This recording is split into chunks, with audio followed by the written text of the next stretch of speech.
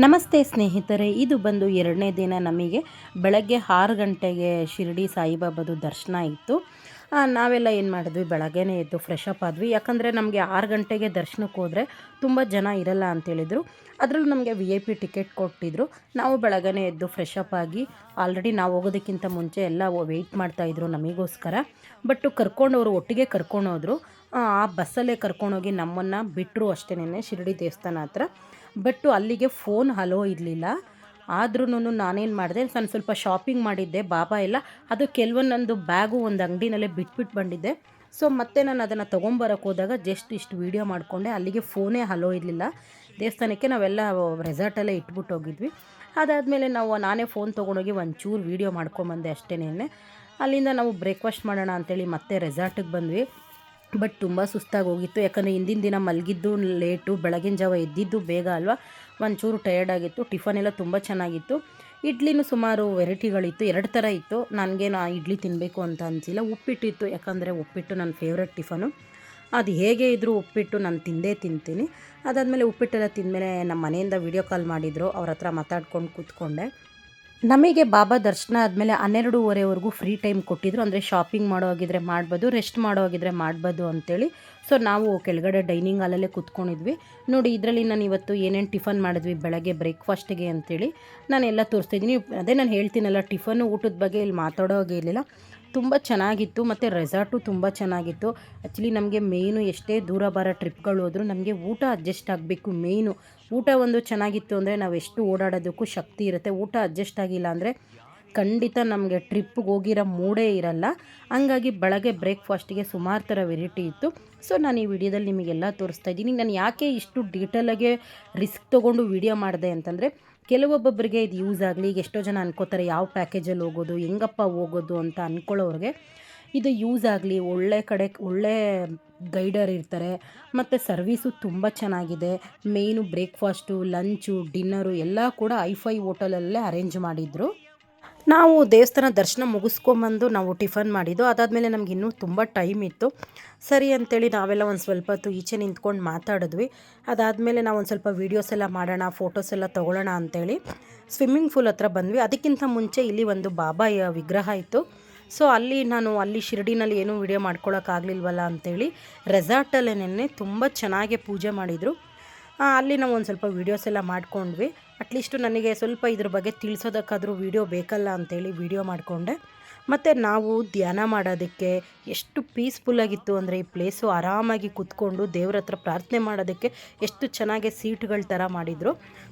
ನಾನು ವೀಡಿಯೋಗೋಸ್ಕರ ಧ್ಯಾನ ಮಾಡ್ತಾಯಿಲ್ಲ, ನಾನು ಭಕ್ತಿಯಿಂದನೇ ಮಾಡ್ತಾ ಇರೋದು. ಯಾಕಂದರೆ ಕೆಲವೊಬ್ಬರು ಅದನ್ನು ಕಮೆಂಟ್ ಹಾಕ್ಬಿಡ್ತಾರೆ, ಅದಕ್ಕೆ ಫಸ್ಟೇ ಹೇಳ್ತಾ ಇದ್ದೀನಿ.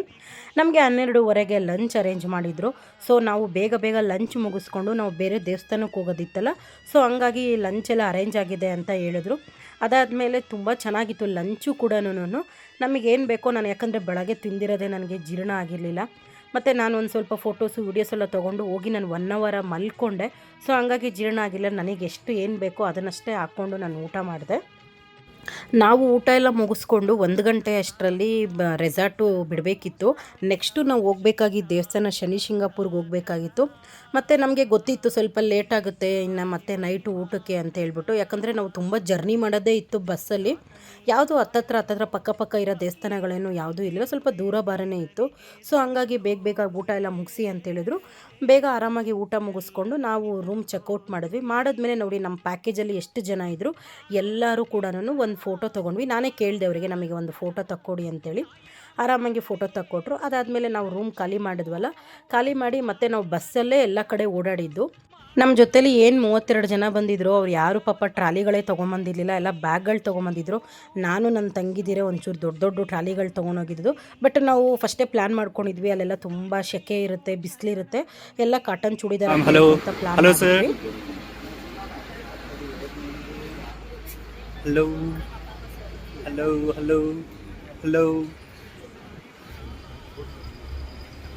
Hello, sir.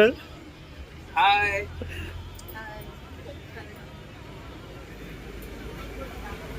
Hello.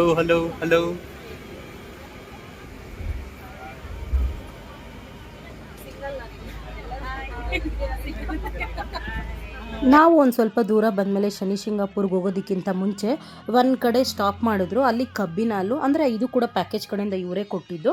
ಸೊ ನಮಗೆ 1 ಕಪ್ಪು ಜ್ಯೂಸ್ ಮಾತ್ರ ಇವ್ರ ಕಡೆಯಿಂದ ಕೊಟ್ಟರು. ನಮಗೇನಾದರೂ ಬೇಕು ಅಂತಂದರೆ ಪೇ ಮಾಡಿ ಇನ್ನೊಂದು ಕಪ್ಪು ತೊಗೋಬೋದಾಗಿತ್ತು. ಬಟ್ ಇಲ್ಲಿ ಒಂಥರ ಡಿಫ್ರೆಂಟಾಗಿ ನಾವು ಯಾವಾಗಲೂ ಮಿಷಿನಲ್ಲಿ ಕಬ್ಬಿನ ಹಾಲು ತೆಗೆದ್ರೆ ಇಲ್ಲಿ ನೋಡಿ ಹಸು ಪಾಪ ನನಗೆ ಇದನ್ನು ನೋಡಿ ಬೇಜಾರಾಯಿತು, ಅದಕ್ಕೆ ಎಷ್ಟು ಹಿಂಸೆ ಕೊಡ್ತಿದ್ದಾರಲ್ವಾ ಅಂತ ಅನ್ನಿಸ್ತು. ಬಟ್ ಏನೂ ಮಾಡೋಕ್ಕಾಗಲ್ಲ, ಅಲ್ಲಿನ ಪದ್ಧತಿಗಳು ಏನೇನಿರುತ್ತೋ ಯಾರಿಗೆ ಗೊತ್ತಿರುತ್ತೆ ಅಂತ ನಾವು ಸುಮ್ಮನೆ ಆದ್ವಿ. ಸರಿ ನಾವೆಲ್ಲ ಒಂದೊಂದು ಜ್ಯೂಸ್ ಕುಡಿದು ಅಲ್ಲೇ ಪಕ್ಕದಲ್ಲಿ ಉಯ್ಯಾಲೆ ಇತ್ತು ನೋಡಿ. ನಾವೆಲ್ಲಾದರೂ ಹೋದಾಗ ನಾವೇ ಒಂಥರ ಚಿಕ್ಕ ಮಕ್ಕಳ ಥರ ಹಿಂಗೆಲ್ಲ ಆಟ ಆಡ್ಕೊಂಡು ಬರ್ತೀವಿ. ಮನುಷ್ಯನಿಗೆ ಎಷ್ಟೇ ಏಜ್ ಆದ್ರೂ ತುಂಟತನ ಅನ್ನೋದು ಹೋಗಲ್ಲ ಅನ್ನೋದಕ್ಕೆ ನಾವುಗಳೇ ಎಕ್ಸಾಂಪಲು. ನಾನು ಯಾವಾಗೋ ಸ್ಕೂಲ್ ಲೈಫಲ್ಲಿ ಉಯ್ಯಾಲೆ ಆಡಿದ್ದೆ, ಬಟ್ ನಂಗೆ ಸ್ಕೂಲ್ದೆಲ್ಲ ನೆನಪಾಗೋಯ್ತು. ಆದ್ರೂ ನನಗೆ ಉಯ್ಯಾಲೆ ಈ ಥರ ಎಲ್ಲ ತೂಗೋದಂದರೆ ತುಂಬ ಭಯ. ನೀರಲ್ಲಿ ಆಡೋದೆಲ್ಲ ಬೇಕು ಅಂತ ನಾನು ನನ್ನ ತಂಗಿಗೆ ಹೇಳ್ತಾಯಿದ್ದೀನಿ, ಬಿಟ್ಬಿಡೆ ನನಗೆ ಇಷ್ಟು ಜೋರಾಗಿ ಆಡಿಸ್ಬೇಡ ಅಂತಂದರು. ನನ್ನನ್ನು ತಳ್ಳಿ ಅವರಿಬ್ಬರು ಅಷ್ಟು ನಗ್ತಾಯಿದ್ರು. ಬಟ್ ಏನೋ ಈ ಥರ ಎಲ್ಲ ಒಂದು ಮೆಮೊರೀಸು ನಿಜವಾಗ್ಲೂ ನಾವು ಎಷ್ಟು ದುಡ್ಡು ಕೊಟ್ಟರು ಕೆಲವು ನನ್ನ ಟೈಮಲ್ಲಿ ಈ ಥರ ಒಂದು ಮೆಮೊರೀಸು ಬರಲ್ಲ. ಸೊ ಆರಾಮಾಗಿ ಎಂಜಾಯ್ ಮಾಡ್ಕೊಂಡ್ಬಂದ್ವಿ. ಅಂದರೆ ನಾವು 3 ಜನನೇ ಅಂತಲ್ಲ, ಏನು ನಮ್ಮ ಬಸ್ಸಲ್ಲಿ 32 ಜನ ಇದ್ವಿ. ಸಖತ್ತಾಗಿ ಇತ್ತು. ಸ್ಟಾರ್ಟಿಂಗ್ ಮೊದಲನೇ ದಿನ ಹೋದಾಗ ಯಾರೂ ಅಷ್ಟು ಕ್ಲೋಸ್ ಆಗಲಿಲ್ಲ, ಅಂದರೆ ಎಷ್ಟಕ್ಕೆ ಬೇಕೋ ಅಷ್ಟಿದ್ವಿ. ಬಟ್ 2ನೇ ದಿನ ಅಂತಲೂ ತುಂಬ ಚೆನ್ನಾಗಿ ನಾವು ಎಲ್ಲರೂ ಮಾತಾಡ್ಕೊಂಡಿದ್ವಿ. ನಾವು ಕಬ್ಬಿನಲ್ಲೆಲ್ಲ ಕುಡಿದು ಉಯ್ಯಾಲೆ ಎಲ್ಲ ಆಡಿ ಶನಿಶಿಂಗಪುರ ದೇವಸ್ಥಾನಕ್ಕೆ ಬಂದ್ವಿ. ಒಳಗಡೆ ಹೋಗೋದಕ್ಕಿಂತ ಮುಂಚೆ ನಾನು ಒಂಚೂರು ಚಿಕ್ಕ ವೀಡಿಯೋ ಮಾಡ್ಕೊಂಡಿದ್ದೆ. ಬಟ್ ಅಲ್ಲಿ ನಮಗೆ ಅಭಿಷೇಕ ಮಾಡಿಸ್ಬೋದು ಆಪ್ಷನ್ ಇತ್ತು. ಒಬ್ಬರಿಗೆ ಅಭಿಷೇಕ ಮಾಡೋದಕ್ಕೆ 500 ರೂಪಾಯಿ ಅಂತ ಹೇಳಿದರು. ಬಟ್ ನಮಗೆ ಅಷ್ಟು ಜನನೂ ಮಾಡಿಸೋದಕ್ಕೆ ಟೈಮ್ ಇರುತ್ತೋ ಇಲ್ವೋ ಗೊತ್ತಿಲ್ಲ, ಯಾಕಂದರೆ ನೆಕ್ಸ್ಟ್ ನಾವು ಇನ್ನೂ ದೇವಸ್ಥಾನಗಳಿಗೆ ಹೋಗೋದಿತ್ತಲ್ಲ, ಪಾಪ ಅವರು ಟೈಮ್ ಪಿಕಪ್ ಮಾಡಬೇಕಾಗಿತ್ತು. ಸರಿ ನಾವು ಇದು ದೂರದಿಂದನೇ ಕೈ ಮುಗಿದ್ಕೊಂಡ್ವಿ. ನಾವೇನು ಅಭಿಷೇಕ ಎಲ್ಲ ಮಾಡೋದಕ್ಕೇನು ಇದು ಮಾಡಲಿಲ್ಲ. ಆ ಅಭಿಷೇಕಕ್ಕೆ ತುಂಬ ಜನ ಕ್ಯೂ ನಿಂತಿದ್ರು. ಸೊ ನಾವು ಜನ ಏನೂ ಇಲ್ಲ ಅಂದಿದ್ರೆ ಅಟ್ಲೀಸ್ಟು ನಾನು ನನ್ನ ತಂಗಿದಿರಾದರೂ ತೊಗೊಂಡು ಮಾಡ್ಬೋದಿತ್ತು. ತುಂಬ ಜನ ಕ್ಯೂ ಇದ್ದಿದ್ದರಿಂದ ಲೇಟಾಗಿ ಹೋಗ್ಬಿಡುತ್ತೆ, ನಮ್ಮಿಂದ ಎಲ್ರಿಗೂ ಲೇಟಾಗುತ್ತೆ ಅನ್ನೋ ಒಂದು ರೀಸನ್ಗೆ ನಾವೇನು ಅಭಿಷೇಕ ಮಾಡಲಿಲ್ಲ. ನೋಡಿ, ಅಭಿಷೇಕ ಮಾಡೋರು ಈ ಥರ ಡೈರೆಕ್ಟು ದೇವ್ರ ಹತ್ರ ಎಣ್ಣೆಯಲ್ಲಿ ಅಭಿಷೇಕ ಮಾಡೋಕ್ಕೆ ಬಿಡ್ತಾಯಿದ್ರು. ಈ ಒಂದು ಬಾಟಲ್ದು ಇದು ಟಿಕೆಟ್ ಬಂದು 500 ರೂಪಾಯಿ ಅಂತೇಳಿದ್ರು. ಬಟ್ ನಮ್ಗೆ 500 ರೂಪಾಯಿ ಅದು ಜಾಸ್ತಿ ಆಯಿತು ಅಂತಲ್ಲ, ಟೈಮ್ ಇರಲಿಲ್ಲ ಅನ್ನೋ ಒಂದು ರೀಸನ್ಗೆ ನಾವೇನು ಅಭಿಷೇಕ ಏನು ಮಾಡಿಲ್ಲ. ಜಸ್ಟ್ ನಾವು ಹೊರಗಡೆಯಿಂದನೇ ದರ್ಶನ ಮಾಡಿಕೊಂಡು ಬಂದ್ವಿ. ಅಭಿಷೇಕ ಮಾಡೋರಿಗೆ ಮಾತ್ರ ಆ ಕಡೆ ಲೈನಲ್ಲಿ ಜಾಗ ಇತ್ತು, ಇಲ್ಲಾಂದರೆ ಈಚೆಯಿಂದನೇ ನೋಡ್ಕೊಂಬರ್ಬೇಕಾಗಿತ್ತು. ಅದನ್ನೆಲ್ಲ ನೋಡಿಕೊಂಡು ನಾವು ಹೊರಗಡೆ ಹೋಗೋದಕ್ಕೆ ಬರ್ತಾಯಿದ್ವಿ. ಬಟ್ ನಾವು 4 ಜನನೇ ಒಂದು ಕಡೆ ಆಗೋಗ್ಬಿಟ್ರಿ. ಸಾರಿ, ನಾವು 5 ಜನ. ಇನ್ನು ಬಾಕಿದವರೆಲ್ಲ ಇನ್ನೂ ದೇವಸ್ಥಾನ ಅಲ್ಲೇ ಒಳಗಡೆನೇ ಇದ್ವು. ನಾವು ಸರಿ ಈಚೆ ಹೋಗಿ ಒಂದು ಸ್ವಲ್ಪ ಹೊತ್ತು ಈಚೆಗಡೆ ಕೂತ್ಕೊಳ್ಳೋಣ ಅಂತೇಳ್ಬಿಟ್ಟು ನಾವೆಲ್ಲ ಈಚೆ ಬಂದುಬಿಟ್ವಿ. ತುಂಬ ಜನ ನನಗೆ ಮೆಸೇಜ್ ಮಾಡಿದ್ದೀರಾ, ಕಮೆಂಟ್ ಮಾಡಿದ್ದೀರಾ, ಪರ್ಪಲ್ ಕಲರ್ ಒಂದು ಡ್ರೆಸ್ ಹಾಕ್ಕೊಂಡಿದ್ದೆ, ಅದರದ್ದು ಲಿಂಕ್ ಕಳಿಸಿ, ಯೆಲ್ಲೋ ಕಲರ್ ಡ್ರೆಸ್ದು ಲಿಂಕ್ ಕಳಿಸಿ ಅಂತ. ನಾನು ಇದನ್ನು ಯಾವುದೂ ಆನ್ಲೈನಲ್ಲಿ ತೊಗೊಂಡಿಲ್ಲ. ನಾನು ಎಲ್ಲ ಡ್ರೆಸ್ಸನ್ನು ಶಾಪಲ್ಲಿ ತೊಗೊಂಡಿರೋದು. ದೇವನಹಳ್ಳಿನಲ್ಲಿ ಪೂನಮ್ ಅಂತ ಒಂದು ಶಾಪ್ ಇದೆ, ಅಲ್ಲೇ ನಾನು ತೊಗೊಂಡಿರೋದು. ಮತ್ತು ನಾನು ಒಂದು 2-3 ದೇವಸ್ಥಾನದ್ದು ವೀಡಿಯೋ ಮಾಡೋಕ್ಕಾಗಲಿಲ್ಲ, ಯಾಕಂದರೆ 2 ದೇವಸ್ಥಾನದಲ್ಲಿ ಫೋನ್ ಅಲೋ ಇರಲಿಲ್ಲ. ಸೊ ಹಂಗಾಗಿ ಅದರದ್ದು ನಾನು ಯಾವುದೂ ವೀಡಿಯೋ ಮಾಡಲಿಲ್ಲ. ನಿಮಗೆ ಯಾರಿಗಾದರೂ ಈ ಪ್ಯಾಕೇಜಲ್ಲಿ ಹೋಗಬೇಕು ಅನ್ನೋ ಇಂಟ್ರೆಸ್ಟ್ ಇತ್ತು ಅಂದರೆ ಇವ್ರದ್ದು ನನ್ನ ಐಡಿನಲ್ಲಿ ಇವ್ರದ್ದು ಡೀಟೇಲ್ ಫುಲ್ಲು ನಾನು ಮೆನ್ಷನ್ ಮಾಡಿರ್ತೀನಿ. ಒಂದ್ಸಲಿ ಬೇಕಾದ್ರೆ ನೀವು ಇವ್ರನ್ನ ಕಾಂಟ್ಯಾಕ್ಟ್ ಮಾಡಿ. ಅದಾದಮೇಲೆ ನೋಡಿ ಎಷ್ಟು ಚೆನ್ನಾಗಿ ಮಜಾ ಮಾಡಿದ್ವಿ. ಮೊದಲನೇ ದಿನ ಏನು ನಾವು ಡ್ಯಾನ್ಸ್ ಎಲ್ಲ ಆಡಿರಲಿಲ್ಲ. 2ನೇ ದಿನ ಅಂತೂ ಸಖತ್ ಎಂಜಾಯ್ ಮಾಡಿದ್ರಿ. ಯಾಕಂದರೆ ಇದು ಯಾವಾಗಲೂ ಲೈಫ್ ಟೈಮ್ ಈ ಒಂದು ಮೆಮೊರೀಸ್ ಉಳ್ಕೋಬೇಕು ಅನ್ನೋ ರೀಸನ್ಗೆ ಚೆನ್ನಾಗಿ ಎಂಜಾಯ್ ಮಾಡ್ಕೊಂಬಂದ್ವಿ. Thank you.